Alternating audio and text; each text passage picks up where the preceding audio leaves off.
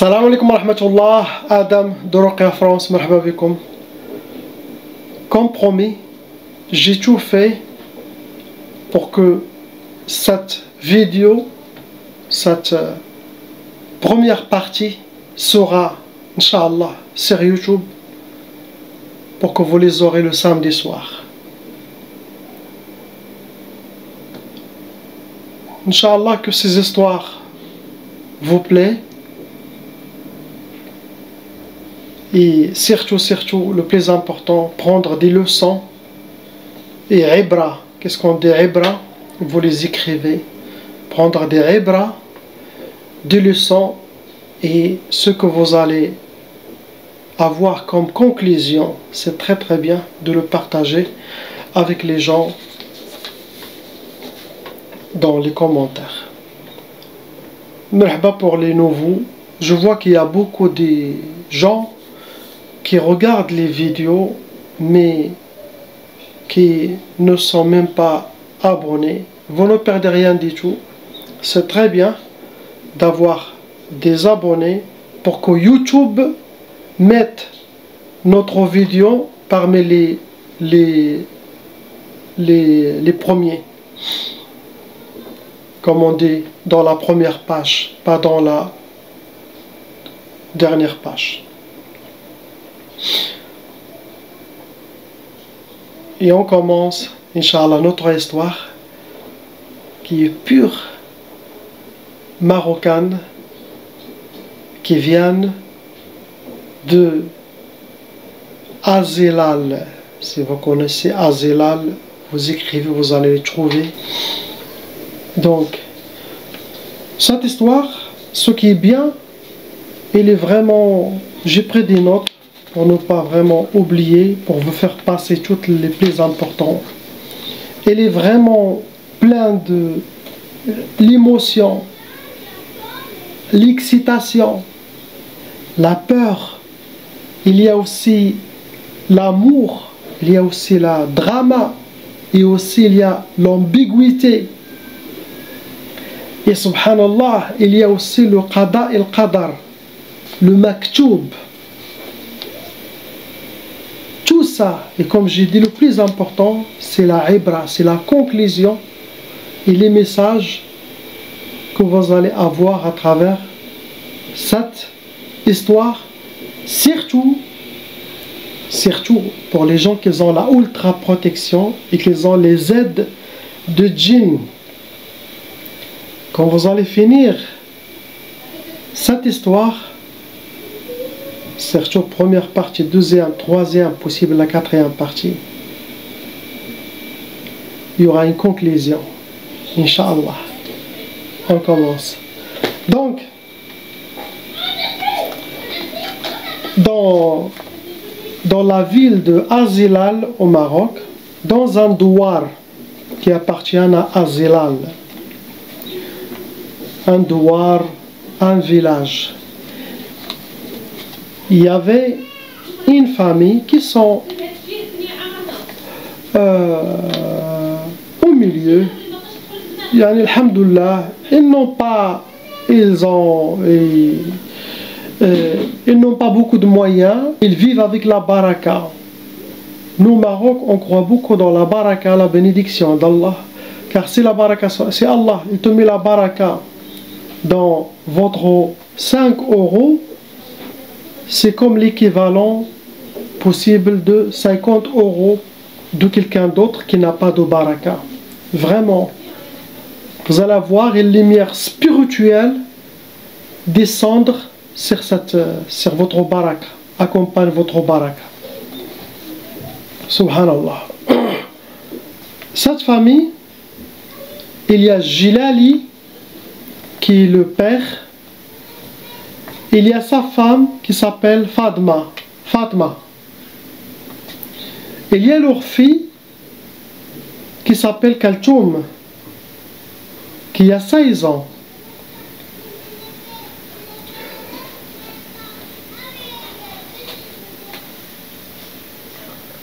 Comme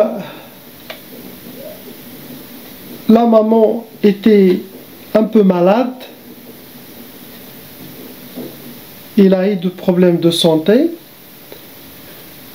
Sa fille, Kaltoum, de 16 ans, elle a quitté l'école pour aider sa famille.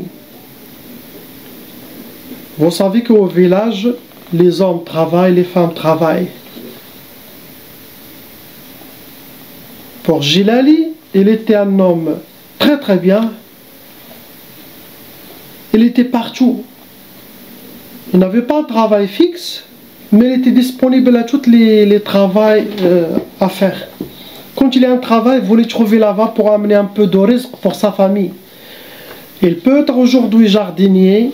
Cette semaine, il peut être jardinier. Prochaine semaine, il peut être un berger. L'autre semaine, peut être un maçonnier, l'aide les maçons, porteurs, ou amener des choses pour les gens.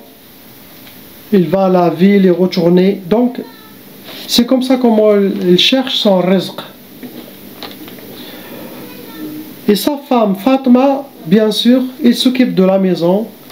Et aussi, d'aller chercher par exemple les bois pour allumer le four de la campagne, vous connaissez, c'est pas avec le gaz, c'est avec du bois pour faire leur pain.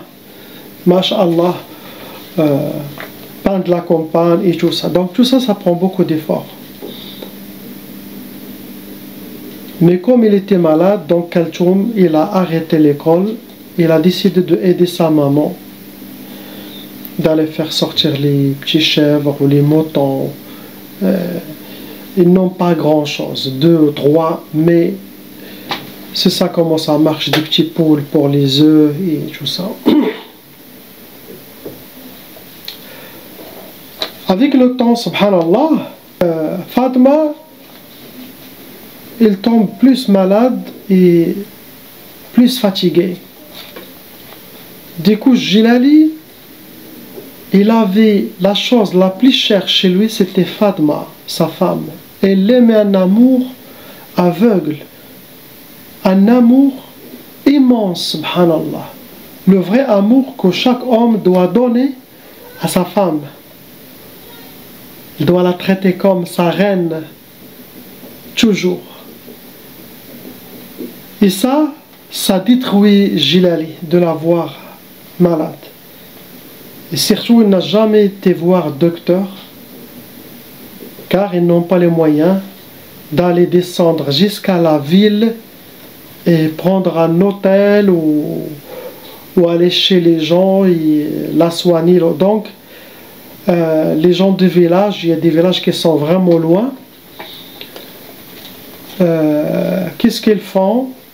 Comme ce que Jilali aussi fait toujours, il appelle Hakim, tu vois. Le Hakim, c'est un sage du village ou des autres villages à côté qui connaît un peu de médecine naturelle aussi, qui a une baraka, mais il ne peut pas résoudre tous les problèmes. Il peut calmer un peu les choses. Cela dépend de sa baraka ou guérir des choses. Du coup, toujours il va chez lui, il l'amène chez Fatma, il la soigne, il rendre sa maladie ou ses maladies calmes pendant un certain temps. Donc ça a été toujours comme ça. Et subhanallah, dans ce moment-là, d'un coup,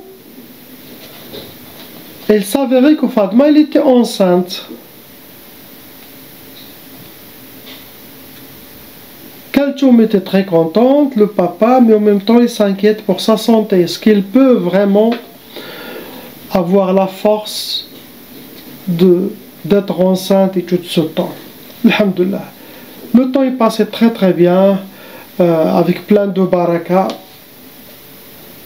Et jusqu'à le jour de l'accouchement. Et vous savez, les gens du village, ils ne savent pas s'il va avoir un enfant ou une fille, un bébé ou une... Elle est enceinte, possible ils peuvent savoir à travers les gens expérimentés, ils peuvent connaître si c'est un bébé ou c'est un... Et Fatma a accouché Masha'Allah, un bébé. Et ce bébé, subhanallah, était très très beau.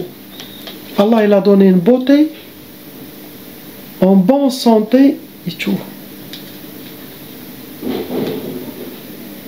Quand Fadma il l'a vu, il a fait un grand sourire, il l'a pris dans ses bras et il a donné un bisou sur son front.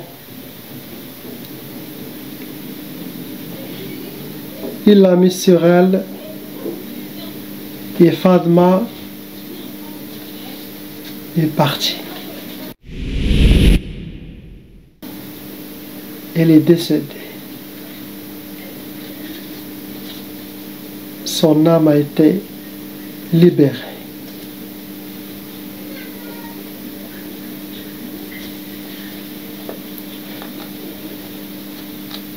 La petite fille Kaltoum choquée, le papa aussi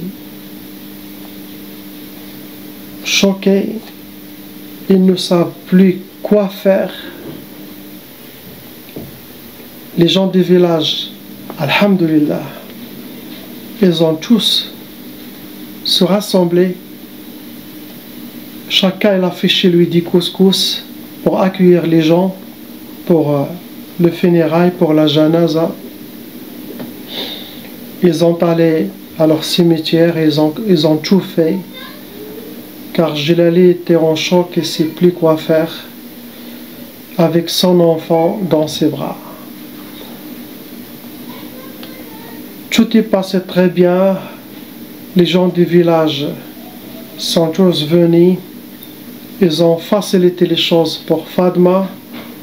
En temps de 3 heures, 4 heures, elle a été déjà enterrée, alhamdulillah. Elle n'a pas attendu. Les gens, ils ont fait leur sadaqa et tout a été fini avec une grande baraka. Mais le problème, c'est que l'enfant, ce petit enfant, ce petit bébé, il avait besoin de lait.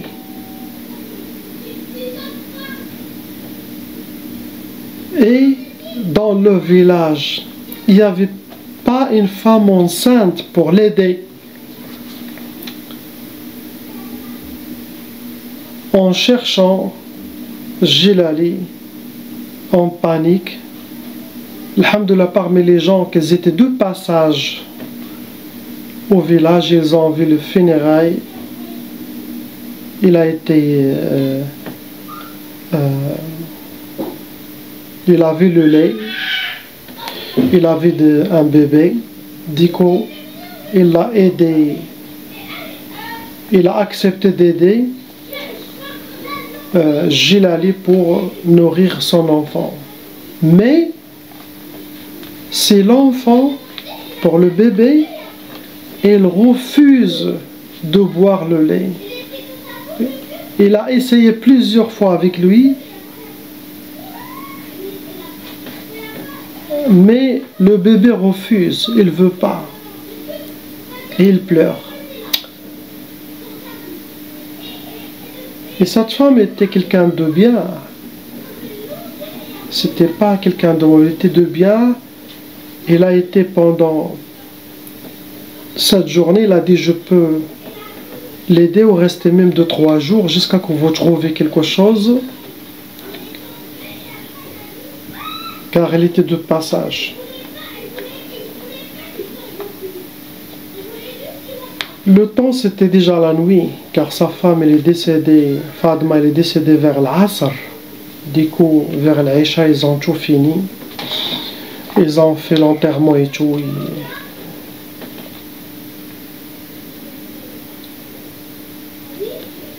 Jilal il pense qu'est-ce qu'il va faire toute la nuit à cet enfant. Il marche avec, il va. La femme essaie de donner de lait, rien du tout. C'est bon, la femme, il a dit, Jilali, vous pouvez partir, il n'y a aucun problème, je vais me débrouiller, Inch'Allah. et qu'Allah il mettra le baraka dans mon enfant pour qu'il se survivra. La nuit Jilali, il pense qu'est-ce qu'il va faire le jour après. Et subhanallah, le jour après, la nuit est passée, le jour après, Jilali a ouvert la porte de sa petite maison pour sortir le matin, trouver une solution. Et soudain, en ouvrant la porte, il a trouvé une vache. Subhanallah, une vache forte. Il est plein de lait. Il a beaucoup de lait. Il a regardé. Mais le problème, c'est que le plus étonnant, c'est que cette vache ne ressemble pas aux vaches des villages. Les villages, ils se connaissent, le village. Il n'y a personne qui a la même que cette vache. Surtout cette vache, elle est en très bonne santé. Comme les vaches hollandaises, là, pleines. Mais il a dit, quelqu'un a perdu sa vache. Comme elle était venue devant ma porte, elle est restée. Du coup, il l'a mis dans... Il avait une toute petite cabane, on peut dire, avec un peu de terrain à côté, où il met ses petits poules et tout ça. Il l'a mis là, accroché. Il est allé vers le cheikh de village. On dit comme le chef qui s'occupe du village, le muqaddam ou cheikh al-qabila, le cheikh de sa tribu. Il les a dit que il y a une vache, je ne sais pas ça vient d'où et de qui. Si vous connaissez le propriétaire, il est chez moi, mais il a l'air que ça ne vient pas d'ici. Muqaddam, il est venu, il avait la vache, il a dit oui, c'est bizarre, ça ne vient pas d'ici. Peut-être quelqu'un de passage avec un camion des vaches. Il y a une vache qui a été libérée, descendue, venue chez toi, Allahu A'lam, parce que ça ne vient pas de ce village, mais il va demander. Il a dit, si je trouve le propriétaire, je vais t'avertir, sinon tu la gardes chez toi, jusqu'à que son propriétaire apparaisse. Tu as le droit d'utiliser tout ce qu'il peut vous donner. Il a dit, ok. Il rentre chez lui à la maison.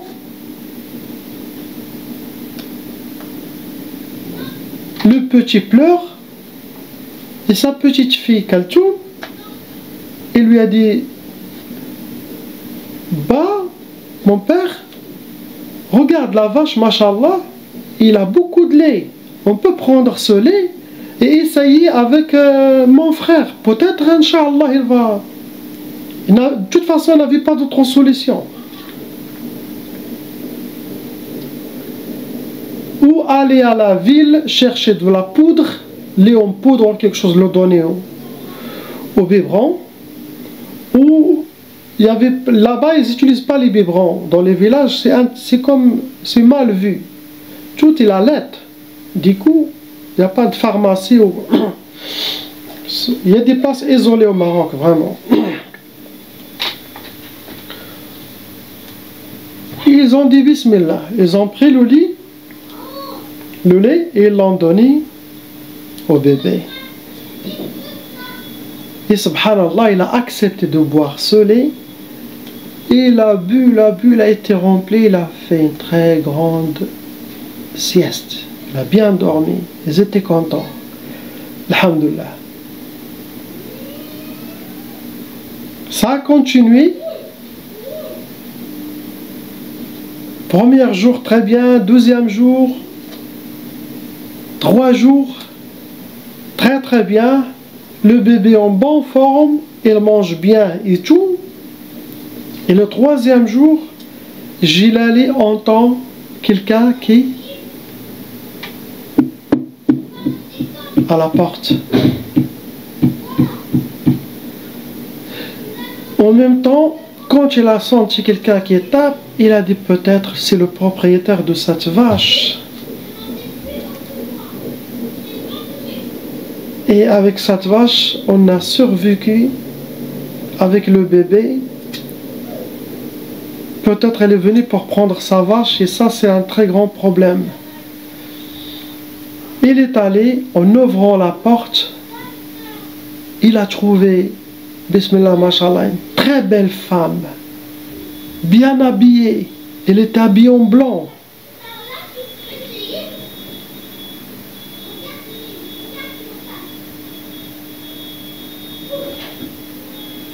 Ça dégage de elle une odeur, une parfum très très bon, odeur de parfum. Elle était très propre.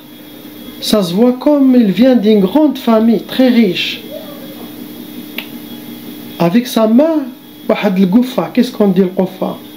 Très grand panier, plein de beaucoup de choses. Il lui a dit salam alaikum.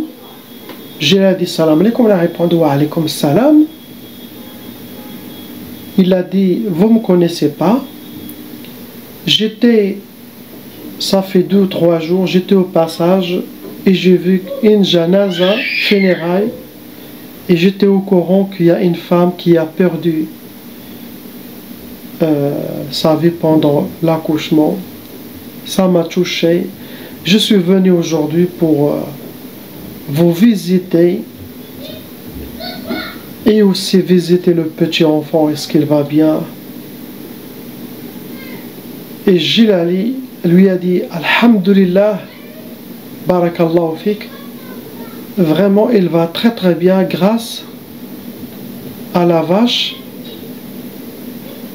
que j'ai trouvée, mais je pense que peut-être c'est à vous. La dame elle a répondu oui, c'est à moi. Il a dit, vous êtes venu aussi pour récupérer ta vache? Il lui a dit, ne t'inquiétez pas. Cette vache, ça sera pour le besoin de votre bébé, Inch'Allah, et à vos besoins aussi. Et aussi, je vous ai apporté une petite baraka. Tout ça, c'est pour votre bébé. Il était très content. Jilali, il a ouvert la porte à la dame, et la dame, elle est partie directement où est-ce qu'il se trouve le bébé. Sans qu'il le dise, il est là, il est parti, il connaît, il est où. Et je l'ai été étonné, comment il connaît qu'il était là ou là. En tout cas, il est allé directement, il a pris le bébé, et le bébé, il était dans les bras de cette dame, très content, très apaisé. Et la femme, il l'a pris, il a donné un bisou sur son front. Subhanallah. Jilali, ça fait quelque chose, regardez, c'est quoi cette baraka, cette dame, subhanallah. Comment il a pris le bébé, comment il se sent bien avec elle, comment il a donné aussi le même bisou que ma maman il lui a donné ici en France. Il l'a gardé un tout petit peu en rigolant avec lui. Jilali remercier la dame de tout ce qu'elle a fait pour eux. Et la dame, elle lui a dit, c'est quoi ça? J'entends, il y a une fête dehors. Je pense que c'est un mariage. Si vous entendez le rythme, vous me dites qu'il vient de quel pays?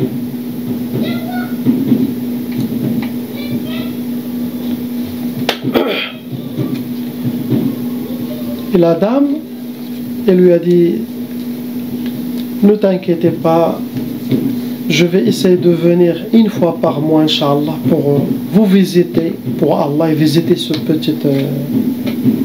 petit bébé. Il lui a dit, si tu veux me faire plaisir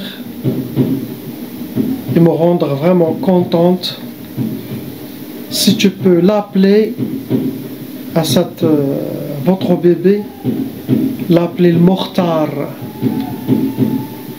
au nom de fils que j'ai perdu. J'avais un fils qui s'appelait le Mokhtar et je l'ai perdu. Jilali, il a dit, Wallah il-Adim, je ne vais pas la rendre, je vais vraiment accepter. Il dit aujourd'hui, il s'appelle le Mokhtar. Très contente, la femme est partie, tout le monde est content. Avant de partir aussi, la dame, il lui a dit, dans ce petit panier, il a fait sortir des graines, il lui a donné à Jilali. Il a dit, prends ces graines, tu les plantes dans votre... Il y a un terrain vide qui appartient à toi, un tout petit, pas grand, tu y mets pour que vous aurez une récolte. Il lui a dit, ah, j'ai tout essayé avec ce terrain, ça ne marche pas, ça ne me donne rien du tout, ce n'est pas comme une terre fertile, on peut dire. La dame lui a dit, t'inquiétez pas, les graines que je vous donne, ce ne sont pas comme les autres graines. Mets-les et tu vas voir. Il a dit, Barakallahu fiki, et vraiment, il est parti. Jilal, après ces graines, il les a sémées, on dit, partout dans ce terrain. Et subhanallah, en quelques jours, il commence à voir les petites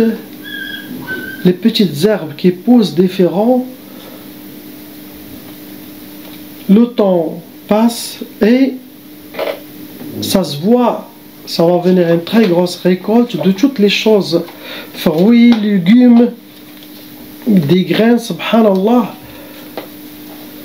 Même le village, quand ils ont vu ça, ils étaient tous, ils posent des questions, ils étaient étonnés.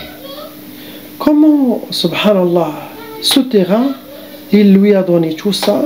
Et Kaltoum, qui s'occupait de son frère le Mokhtar, il a remarqué une chose, il a dit à son père, bah, il y a une chose qui est vraiment, subhanallah, avec mon frère.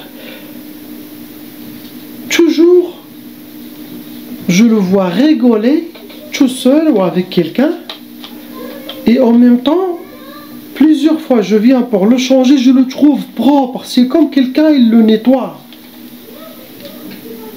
Toujours propre.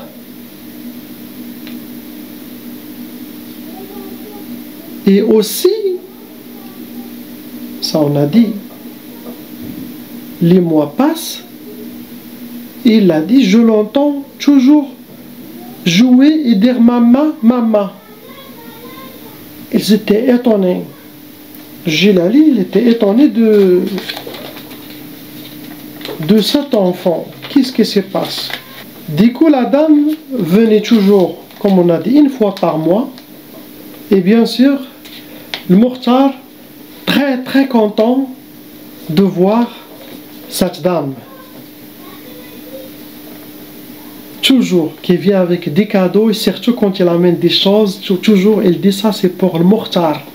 Un grand panier, tout ce qu'ils ont besoin pour le Mokhtar. Le Mokhtar commence à grandir et le papa et Kaltoum aussi, ils ont remarqué une chose. Le Mokhtar, les enfants, ils jouent, mais lui toujours, il s'isole, il joue tout seul. Et c'est comme il parle avec quelqu'un. Très content, il parle toujours avec quelqu'un. Il parle tout seul, quelqu'un qui est invisible. Un jour, un enfant du village, il est venu à Al-Mokhtar, je pense qu'il a pris quelque chose, il l'a poussé, il l'a fait tomber ou il l'a frappé. En tout cas, حقر عليه, dar عليه الحقرة, comme on dit chez Hagar. Et cet enfant, après ça, il a eu une chute où il est tombé, il a failli casser sa jambe ou son bras. Il était blessé avec beaucoup de traces. Et tous les autres enfants du village ont remarqué, il a dit ça, car il a fait mal le Mukhtar. Du coup, les enfants du village commencent à craindre le Mukhtar, de le faire mal ou quelque chose, car ils vont le payer. C'est les enfants regardent. Il a dit, il a fait ça et directement, il est tombé. Un jour, le Mukhtar est venu chez son père.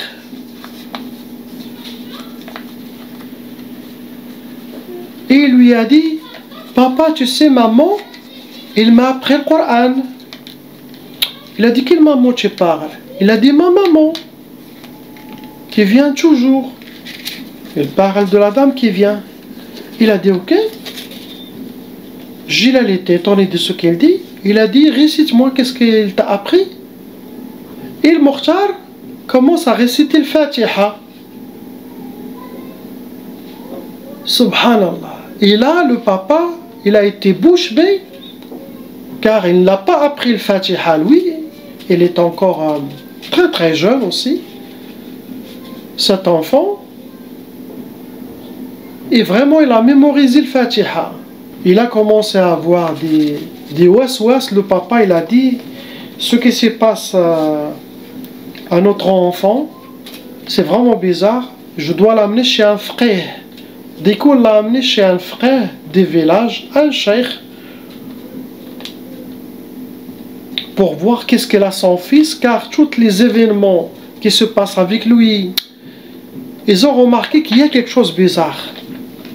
Et le frère, subhanallah, ce cheikh, alhamdoulilah, possible, il avait ses jouades, il voyait un peu avec son cœur, avec l'œil de son cœur. En regardant le Mukhtar, en parlant avec lui, en jouant avec lui, en l'observant, il a dit à Gilal et à son père, Gilali, je veux te dire une chose. Votre enfant, il va très très très bien. Moi, ce que je vois, où cet enfant, il va sortir parmi les gens d'Allah, qui va suivre le chemin des saints, des awliya d'Allah, car il a des voiles ouvertes. Il a dit sinon, il a une femme djinnia avec lui, et les musulmans et les musulmans, ils s'occupent de lui comme son enfant. Et surtout, n'ayez pas peur. Apparemment, il s'occupe très très bien de lui, donc n'ayez pas peur. Et une chose, garde ce secret, ne le dites à personne. Gilali, il a un peu peur de l'invisible. Il a dit ok, mais en partant chez lui avec son fils, Shaitan jouait avec sa tête. Il commence à dire, mais la femme qui s'occupe de lui, c'est cette femme qui vient une fois par mois. Est-ce que ça peut être que c'est elle vraiment la djinnia possible? Car ils connaissent, il y a des apparitions des djinns, des djinnias au Maroc, on croit en ça car vraiment ça existe. Car le Maroc c'est un pays spirituel, il y a des ouvertures au Maroc qu'on ne trouve pas dans des autres pays, vraiment. Il y a des grandes ouvertures et des apparitions, car il y a beaucoup de baraka au Maroc.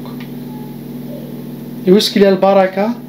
Tu vois les voiles qui s'ouvrent aux gens. Gilali, il dit dans sa tête, mais peut-être il va plus s'attacher à mon enfant. Et un jour, il va le prendre, il va disparaître, il va partir avec mon fils. Et je ne peux rien faire. Du coup, le temps de la visite est arrivé. Il est venu.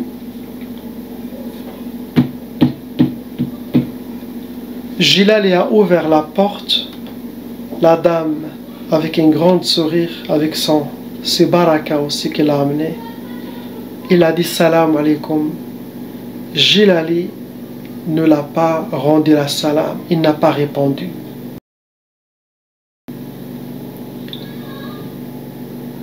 directement, Jilali a dit, comme on dit au Maroc, il a dit Ana ma'ak billah ou b'shrah. Ana ma'ak billah ou b'shrah.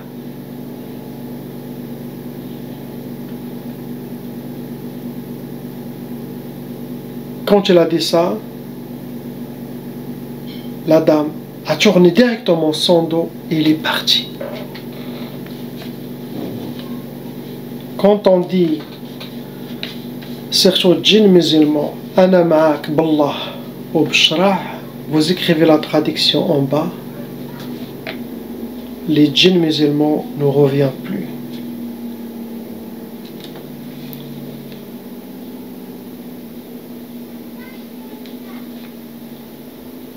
N'apparut plus.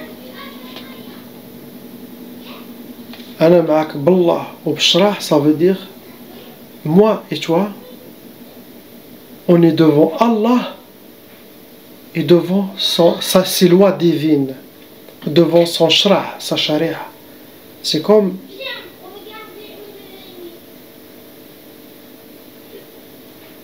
il a fait un ahd, une promesse entre elle et Allah. Ce que vous avez vu aujourd'hui, c'est la première partie.